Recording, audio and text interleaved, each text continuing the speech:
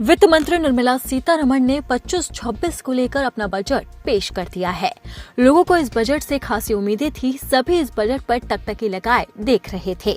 लोगों को लग रहा था कि इस बजट के अंदर वित्त मंत्री निर्मला सीतारमण अपने पिटारे से उनके लिए बड़ी बड़ी सौगातें निकालेंगी। कृषि सेक्टर से लेकर नौकरी पेशा वाले लोगों को इस बजट से खासा उम्मीदें थी और जैसे ही वित्त मंत्री सदन के अंदर पहुंची और उन्होंने अपना बजट भाषण पढ़ना शुरू किया, वैसे ही विपक्ष ने हंगामा काटना शुरू कर दिया।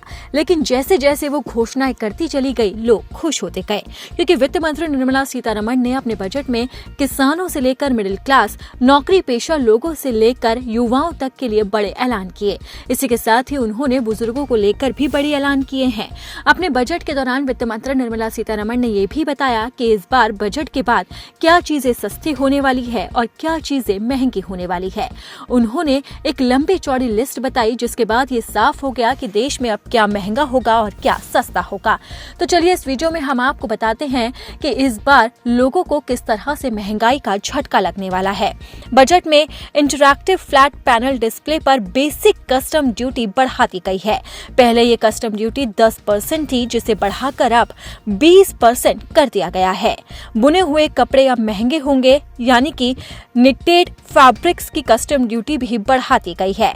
यानी कि जनता को इस बजट से जहां राहत मिली है, तो वहीं महंगाई का बड़ा झटका भी लगा है। इसी के साथ ही जानकारी सामने आ रही है कि बजट में बच्चों और बड़ों से जुड़ी कुछ चीजें महंगे होने का अनुमान है। दरअसल बजट से एक दिन पहले पेश हुए आर्थिक सर्वेक्षण में अल्ट्रा प्रोसेस्ड फूड की बढ़ती खपत पर चिंता जताई गई थी। माना जा रहा है कि आने वाले दिनों में लोगों को महंगाई का झटका लग सकता है और कुछ चीजें महंगी हो सकती है। अब आपको बता दें कि साल 2024 में वित्त मंत्री निर्मला सीतारमण ने जनता को बड़ी सौगातें दी थी। इसके अंदर सोने चांदी की कीमत भी शामिल थी।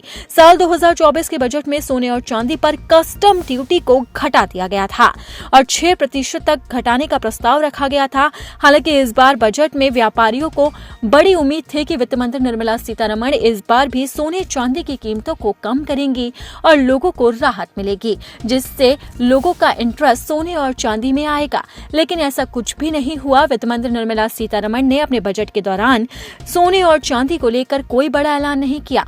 बजट से पहले व्यापारियों का बयान सामने आया था। उन्होंने वित्त मंत्री से मांग की थी कि सोने और चांदी की कीमतों पर जीएसटी को कम किया जाए। उन्होंने जीएसटी घटाकर 1% करने की मांग भी की थी, लेकिन वित्त मंत्री ने अपने बजट के दौरान इससे लेकर कोई भी ऐलान नहीं किया है, जिससे व्यापारी वर्ग काफी निराश है।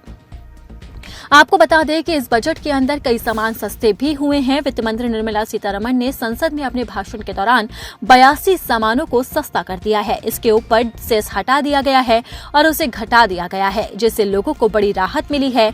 लेकिन इस राहत के साथ साथ वित्त मंत्री ने लोगों को झटका भी दिया।